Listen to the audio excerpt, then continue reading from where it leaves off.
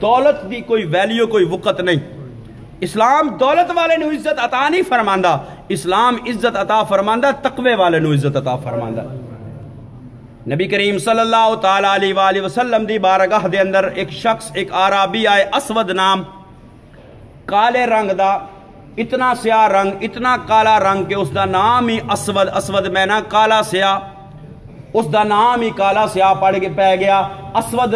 نبی کریم صلی اللہ تعالی علیہ وآلہ وسلم دی بارگاہ دے اندر آیا اور آ کے کہنے لگا، یا رسول اللہ صلی اللہ تعالی علیہ وآلہ وسلم، میں اگر اسلام قبول کرا مینو کی ملے گا، مینو کی ملے گا؟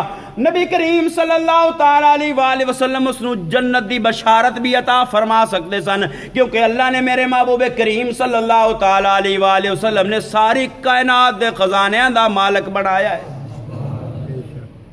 ساری کائنات دے خزانے دا مالک اللہ نے اپنے محبوب نو بنایا. چاہتے تے فرماندے اسود تو اسلام قبول کرے گا میں تینوں جنت دی ضمانت دے دینا وا، تو اسلام قبول کرے گا میں جنت دے اندر تینوں وڈے محل دی بشارت دے دینا وا.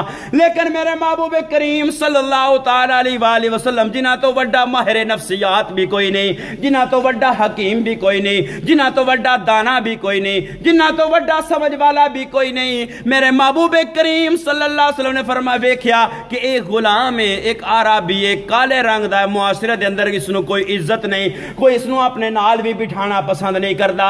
اس نے عرض کی یا رسول اللہ صلی اللہ تعالی علیہ وآلہ وسلم، میں اسلام قبول کرا مینو کی ملے گا؟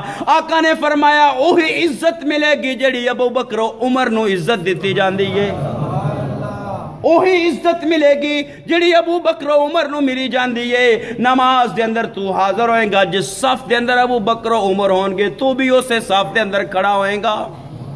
اور اے اسود اگر تو آنا تو پہلے آ کے صف دے اندر بیٹھ گیا تے اونا نو بھی اختیار نہیں تنو صف دے وچوں اٹھا سکن. یعنی اسلام مساوات، برابری، اس چیز دا سبق اور